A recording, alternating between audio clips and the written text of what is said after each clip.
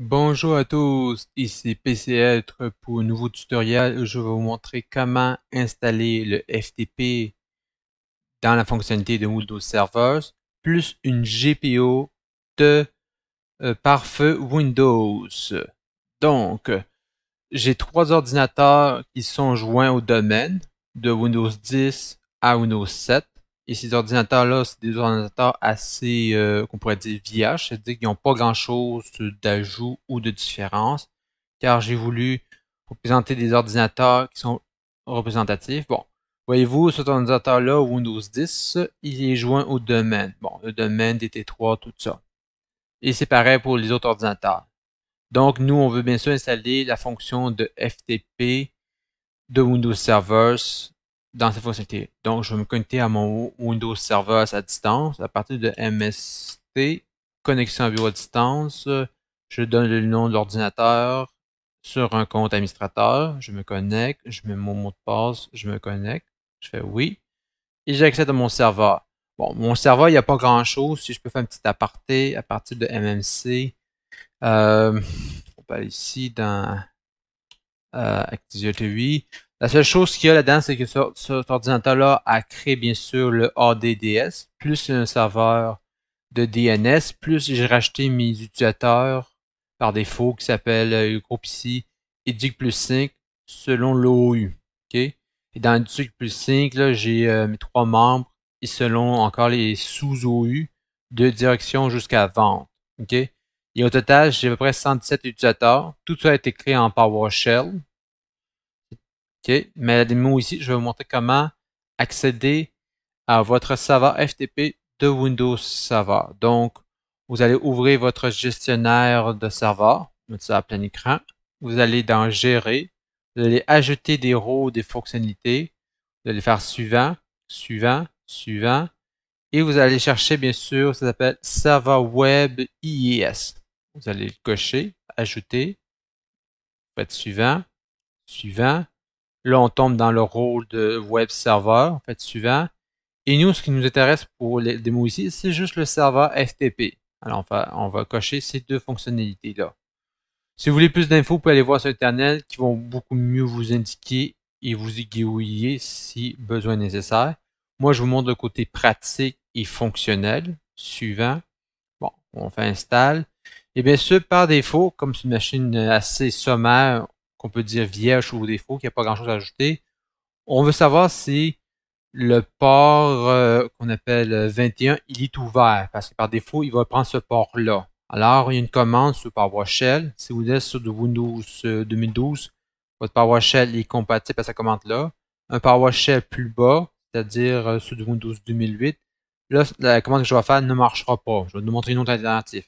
Mais si vous êtes sur du Windows Server 2012 et plus haut, c'est sûr que ça va fonctionner. La commande s'appelle test. OK. Test-net. On fait tab pour autocomplication. OK. On slash computers names. OK. Et là, on donne, bien sûr, sur quel service qu'on veut tester. Bon, moi, c'est du 10, 24, 21.1. Vous, ça dépend de ce que c'est. Et nous, bien sûr, c'est un port qu'on veut tester. Nous, le port qu'on veut tester ici, c'est 21. On veut s'assurer que ce port-là soit pas réservé, il soit libre. Donc, on veut s'attendre que le port 21, il soit false. Ça veut dire qu'il est fermé. Il n'est pas pris par aucun service. D'où le fail. Et si je montre un autre exemple, par exemple, si je serais sur du port, par exemple, 53, je vais mettre ça un peu plus haut. Là, vous voyez, ce port-là est ouvert. Donc, je ne mettrai pas mon service FTP sur le port 53 parce qu'il est déjà pris. Tout dépend de votre configuration. Moi, mais comme je vous répète, c'est un Windows Server vierge, donc il n'y a pas grand-chose d'ouvert. Là, on fait suivant. Bon, mon service est fermé, il est fini. Donc, je ferme la fenêtre. On retourne dans Outils. On va aller dans Gestionnaire de services Internet. On vient ici. On vient dans Windows Server. Ça, c'est le nom de mon Windows que j'ai donné le nom. On décoche, on va dans site, on fait un petit clic droit et on ajoute un site FTP. Bon, FTP, ça veut dire File Transfer Protocol. Encore une fois, vous pouvez aller voir sur Internet pour avoir un peu plus d'infos. Moi, je sous-entends que vous savez déjà c'est quoi le FTP ou que vous voulez découvrir. Donc, vous donnez le nom de votre FTP voulu. Bon, moi, je vais l'appeler par exemple Educ tiret plus 5 pour une correction et où je vais le répertorier. Bon, vous pouvez le mettre où vous voulez. Moi, par défaut, je vais le mettre ailleurs que mon OS. Alors, je vais le mettre dans mon data E et je vais marquer FTP là, selon votre configuration. Suivant. Bon, ici, la liaison, c'est comment voulez-vous que le monde ait accès à votre FTP. Vous pouvez marquer tous les attributs où joue le port 24-21. Parce qu'ici, c'est du DHCP, alors qu'ici, c'est du statique. Moi, je veux plus qu'il soit ici, réservé ici, et je garde le port 21. Si vous avez eu un conflit avec ce port-là, vous pouvez le mettre ailleurs. Mais ça, pour la démo, je n'utiliserai pas du SSL, du Socket Security Layers. OK? Parce que sinon, la vidéo serait un peu trop longue, et aussi, je vais aller couche par couche. Alors, on va faire suivant. Authentification, on va prendre celui de base. Et là, on va dire qui aura les droits. Bon, moi, je fais ça assez sommaire, mais là-dedans, on tombe dans les ACL, c'est-à-dire les droits, qui accède à ces fichiers-là, oui ou pas. Moi, je fais ça très sommaire parce que, encore une fois, ça va rallonger la vidéo. Alors, moi, je vais mettre, par exemple, mon educ plus 5. Mon educ plus 5, si je retourne dans mon management, ça fait référence à ça. En mon groupe, et là-dedans, il y a tous les utilisateurs qui sont là-dedans. Pour une petite affaire rapidement, si on tourne dans la direction, voyez-vous, j'ai mis MTL, mes dires, mes conseillers, tout ça. Ça, c'est un petit aperçu rapido. Alors, on prend l'écriture, là, on prend écriture, lecture. OK, c'est très sommaire que je vais faire ici. On fait le suivant, et c'est terminé. Là, j'ai mon indique plus 5, on peut faire explorer. Là, je peux créer les dossiers voulus selon personne. Je vais mettre un IT pour... Pas du temps, les FTP, c'est mes gens en informatique qui vont s'en servir. Pour l'exemple ici. Bon, ça va être, par exemple, ma programmation. Et l'autre, ça va être, par exemple, mes gens en réseautique. OK. Et aussi, une autre chose, quand vous donnez des noms, évitez tout accent.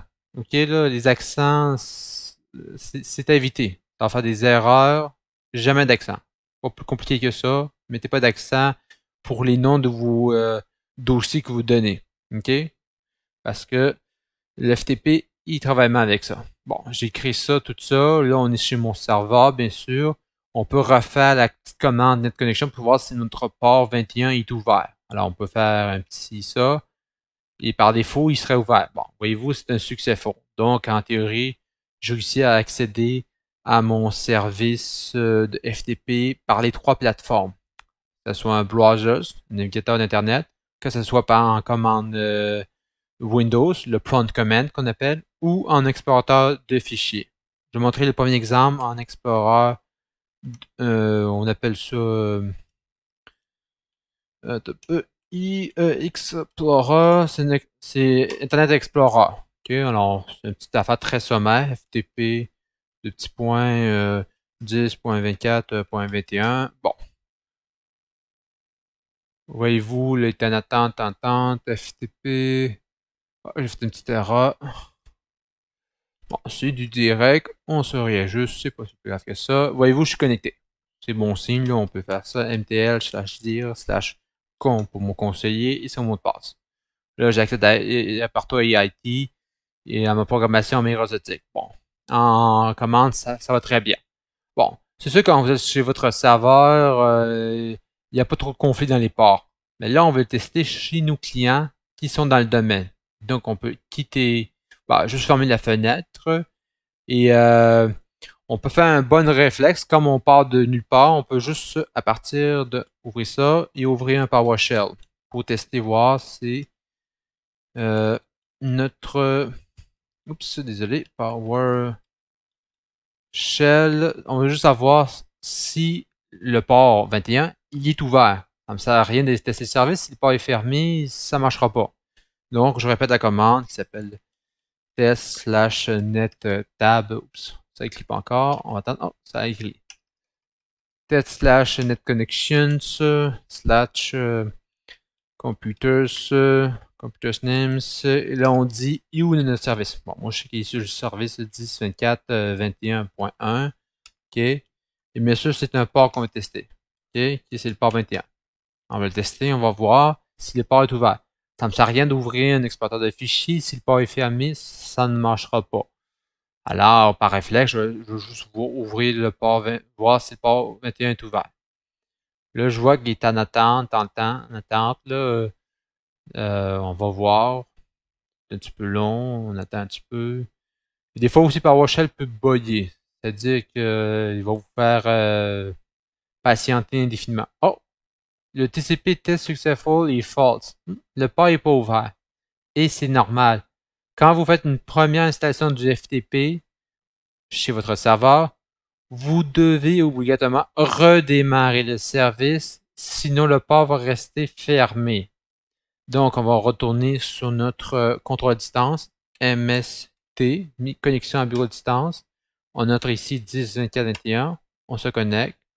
On met l'admin. On fait oui. Et on retombe ici. Bon, voyez-vous, vous ne savez pas me connecter. Donc, ça, on peut le fermer. On n'a plus besoin. Ça aussi, on n'a plus besoin. Et quand je parlais de service, c'est-à-dire que, si on peut fermer ça, c'est le service qui roule en arrière de l'ordinateur. Pour ceux qui sont habitués en anglais, on appelle ça les daemons. Donc, j'ouvre un exécuté et je vais créer, bien sûr, service.msc. OK? Et le service, moi je sais, il s'appelle service FTP. Bien sûr, ici, on n'a pas vraiment de moteur de recherche ou un filtre. Vous pouvez... bon, moi je sais que ça s'appelle service FTP. Bon, voyez-vous, il est ici. Service FTP Microsoft. Comme je dis, vous êtes obligé d'un clic droit de redémarrer le service. On va attendre que le service redémarre. Ah, il s'est fait. On peut fermer ça. Et fermer notre... Bon, peut-être pas besoin de fermer. Bon, on peut le fermer. Au pire, on ferme notre client. Il refait le test de connexion. Et on va voir si le port 21 est-il oui ou non fermé. Au début, il était fermé. Mais là, il est ouvert. C'est bon signe. Donc, à partir de notre Internet Explorer, on peut le tester, voir si c'est bien fonctionnel. Là, je suis en train de faire des tests. Si vous savez que ça marche déjà, vous pouvez avancer la vidéo parce que dans le prochain étage, je vais vous montrer comment créer une GPU dans le pare-feu. Vous allez voir pourquoi je vais créer une GPU de pare-feu. Bon, FTP, 10.24.21.1. OK. Bon, là, on se connecte sur notre utilisateur. Bon, disons, on va aller voir c'est QC /REST réseautique. Bon, là, c'est mon gars de réseautique. Et je mets ce mot de passe. Bon, voyez-vous, j'accède à son IT, à programmation réseautique. Comme j'ai dit, vous pouvez appliquer une ACL, c'est-à-dire les droits. Qu'est-ce que vous avez comme droit, pas droit? Juste les gens de réseautique ont ce droit-là, juste la programmation ont ce droit-là. C'est un exemple. Moi, je l'ai mis à part parce que où je veux mettre plus l'accent, bien sûr, qui est important, c'est les GPO et pouvoir y accéder à votre service selon vos clients. Pour les droits, qui a droit de tel dossier, pas de dossier, c'est assez simple, mais je vais faire à part. Bon, voyez-vous, ça marche très bien sur mon client de browsers. On peut fermer ça. Ça aussi, on n'a plus vraiment besoin. On peut juste fermer ça. C'est inutile, bureau à distance, OK. Bon. Là, on va aller, bien sûr, à partir de notre... on va aller à partir de notre CMD, notre Prompt Command Windows. Bon, on peut marquer FTP. Oups. FTP 10.24.21.1. OK. Là, on se met l'utilisateur qu'on veut. Ben, l'utilisateur qui est selon notre groupe. Bon, moi j'ai mts/dir/com, mon conseiller, enters. Je sais pas si vous voyez bien. Je peux mettre ça un peu plus gros, propriété, mettre ça 20. OK. Bon. Utilisateur, telle connexion. Aucun ici. Parfait. Là, il prend les paramètres par défaut. Mot de passe, je mets mon mot de passe. Ah, que je suis logué. Mais là, vous voyez, je vois toujours pas mes dossiers qui s'appellent IT. Donc là, on tombe plus dans le FTP. Et en été, le service qu'on roule, c'est du FTP.exécutable. On le voit ici, le chemin. Alors, la commande s'appelle dir. Oh, il me applique une alerte de sécurité. Et là, vous voyez, si vous voulez vraiment accéder à votre dir, par défaut, il le bloque. C'est côté sécuritaire. Bon, on va dire autorisé. Et là, c'est l'administrateur qu'il faut mettre comme compte. Le problème, c'est que si j'ai 500 machines, là, ici, j'en ai 3, je veux pas à chaque fois que mon ennemi vient se loguer et qu'il met administrateur, son mot de passe, au nombre de machines qu'il y a. Il va le faire une seule fois et pour tous les clients, s'il y a besoin de faire pour tous les clients. D'où la nécessité de faire une GPO, une Group Policy Objet, mais pour le pare-feu, parce qu'on est dans le domaine du pare-feu ici. Là, on va faire oui, on va l'autoriser. On va l'autoriser, on va attendre qu'il envoie ça à la requête. On fait un petit CTRL-C. Et là, on peut faire un petit dire. Et waouh, on voit notre fichier dire. Alors, on peut aller dans CD IT et dire / bon, programmation réseautée. Comme je disais un peu plus au début de la vidéo, si vous mettez un nom des accents sur vos noms de fichiers explorateurs, là, vous allez avoir des bugs. Ben, vous n'allez pas capable d'accéder à votre réseautique parce que le FTP.exécutable, il connaît pas les caractères accentués, ok? Ça, c'est pour le côté accentué. Et aussi, vous pouvez toujours ouvrir un explorateur de fichiers. Il est marqué toujours FTP / 10.21.24, etc. Ah oui, des fois, je dis c'est 24.21.1, ok? Là où toujours votre réseau. Bon, donc on va aller sur Sherbrooke, on va aller chercher, je sais pas moi, je pense que ça s'appelle Matt, il s'appelle Prof. Comme je dis, j'ai 117 utilisateurs. Moi, je les connais un petit peu. Bon, je pense que je me suis trompé. Matt, c'est plus Prof. Peut-être une petite erreur ici de syntaxe. Et là, voyez-vous, j'ai accès à IT, programmation, tout ça. Mais comme j'ai dit, vous voulez pas qu'à chaque fois que sur une machine dont vous avez 30 clients qui ont besoin de FTP, vous voulez pas à 30 fois mettre le compte administrateur et son mot de passe. Autant côté sécurité et autant côté aussi automatisé. Dans Windows Servers ou dans le côté administration, on a beaucoup à automatiser des choses qui sont répétitives. D'où les GPO, les groupes policy edit qu'on appelle. Je l'ai dit un petit peu plus en anglais. Mais si on regarde un petit peu pour les gens qui voient pas qu'est-ce qui roule en arrière, on peut réouvrir une exécuter et écrire firewall.cpl. Parce qu'on veut savoir qu'est-ce qui roule. Ça, c'est en lien avec quoi, ça, le FTP.exécutable, pour ceux qui ne connaissent pas. En réalité, c'est en lien ici. Autoriser une application ou une fonctionnalité via pare-feu. On vient ici. Et là, je clique sur elle. Et c'est le fichier-là qui est entré en vigueur sur cette machine-là. Mais si j'ai, comme je disais, 30 clients, je ne veux pas à refaire ce fichier-là. Mais je le prends en note. Il s'appelle le fichier de transfert des fichiers. D'accord. Et là, je voudrais, par exemple, pour la GPO, là, on tombe dans la GPO, je voudrais que mon Windows 8 et mon Windows 7 aient accès à ce logiciel-là. Mais sans à le faire 2 fois ou 500 fois. Donc, je retourne sur mon serveur. Ok, je fais OK. Je retourne sur mon serveur, je mets sur mon mot de passe, je rentre dedans. Et là, on va tomber dans la GPO. Donc, on ouvre encore un MMC, une console, on fait CTRL-M. On va aller dans gestionnaire, ici stratégie, les GPO. On va l'ajouter, Alt-J, Enters. On vient ici et on a notre forêt et nos domaines et nos GPO. Bon. Là, plus fichier ça. Bon, on va juste mettre ça pour que vous puissiez bien voir. Bon. On fait un clic droite du domaine et on va créer une nouvelle GPO pour le domaine. Et nous, on va l'appeler par exemple, je sais pas moi, le ftp.exécutable. Donner un nom significatif. Bon, moi, je sais que c'est mon FTP qui est en lien avec mon firewall.cpl. OK? Alors, donnez le nom que vous voulez. Une fois que c'est fait, vous faites un clic droit. Vous faites ici un modifier. Et on met ça en plein écran parce que c'est quand même ici, il y a beaucoup de stratégies. Nous, bien sûr, c'est une stratégie d'ordinateur qu'on va faire. Donc, on vient ici, stratégie. On vient dans modèle d'administration. Plus dans paramètres Windows. Ouais, paramètres Windows. Vous allez dans paramètres sécurité. Un petit clic droit ici. Un petit, vous faites descendre ça. Et là, vous allez ici, dans pare-feu Windows avec fonction avancée. Okay? Vous faites exploser ou vous auditez ici. Ils vont entrer dans le pare-feu de Windows fonctionnalité avancée. Bon, là où on voit le LDAP, on fait clic droit, on peut faire une propriété. Et là, on veut l'état de connexion en 30. Bon, par défaut, il n'est pas configuré. Nous, on veut le configurer. Alors, on va faire actif. On va l'activer selon nos recommandations. Bon, nous, on veut juste faire une autorisée sur une connexion entrante. Je n'irai pas trop en détail qu'est-ce que je vais faire. Apprenez-le à le faire chez vous et à le tester et voir que ça soit fonctionnel parce que juste ça, on peut avoir un bac pour faire ça. C'est assez complexe et il y a beaucoup de possibilités. Moi, je montre quelque chose de simple, qui est efficace, que vous soyez au secondaire, cégep ou à l'université, que ce soit fonctionnel. Donc, la règle en 30, bien sûr. Pourquoi en 30? Parce qu'on fait partie du domaine. On n'a pas besoin de faire une règle sortante, on est dans la 30. On vient ici, qui est droite, et on fait une nouvelle règle.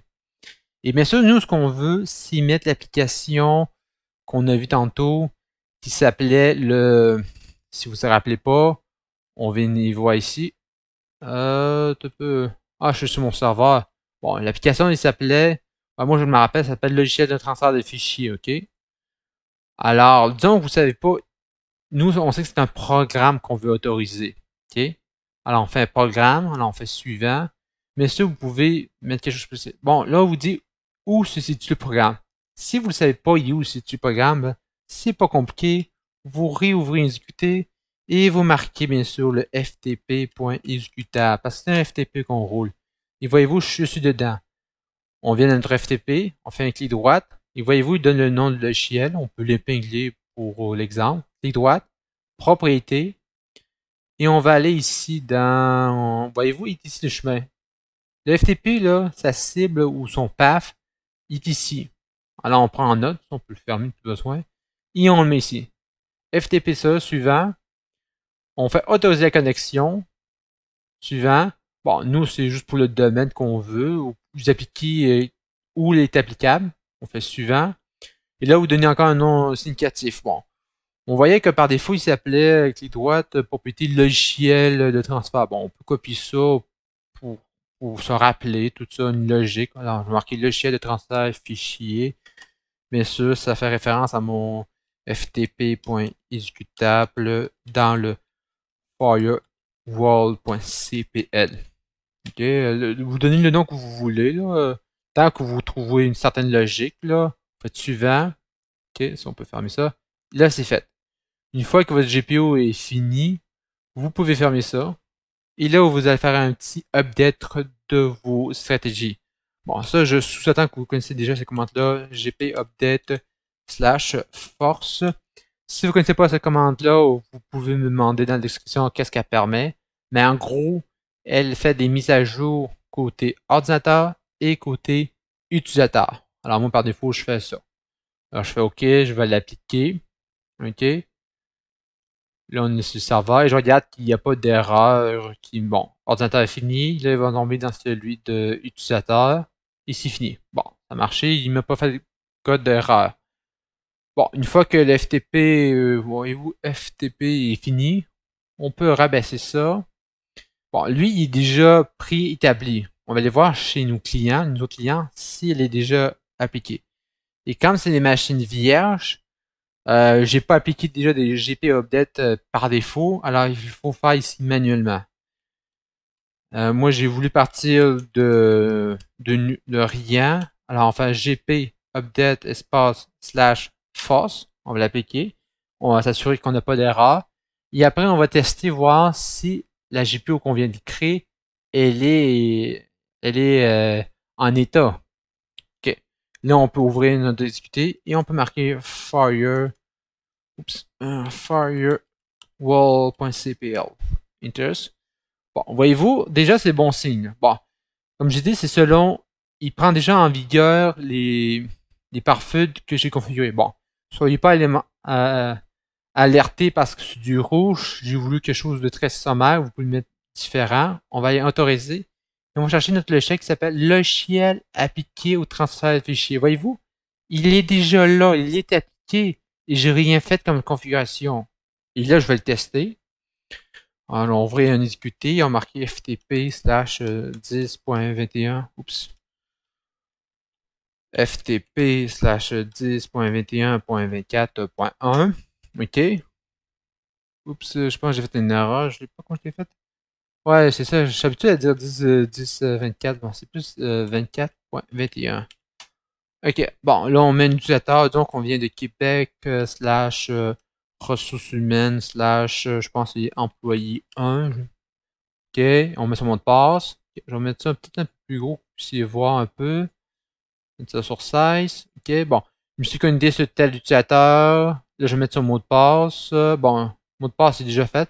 Là, on fait la commande dire. Ah! J'ai accès à mon IT. Ah, c'est intéressant. Je vais céder IT. Dire. Et c'est ça. Et c'est fini, ça marche. Voyez-vous, c'est assez simple à faire. On a fait, bien sûr, on a appliqué le service serveur Windows IIS. On a appliqué le service FTP. On a dû redémarrer le service. On mettait l'utilisateur qu'on voulait et les droits qu'on voulait. Par la suite, comme je disais, on redémarrait le service pour pouvoir voir que le port 21 soit bien ouvert. Et après, on a rajouté une GPO pour que tout utilisateur s'ils veulent utiliser le point de commande, le FTP, puisse accès, mais que j'ai pas à, comme je disais, à refaire la manipulation de firewall, modifier et le logiciel à faire à chaque fois, ce petit affaire ici, là. Sinon, ça vient vite, ça vient pas une automatisation. En Windows Server, on doit beaucoup automatiser les choses qui se répètent.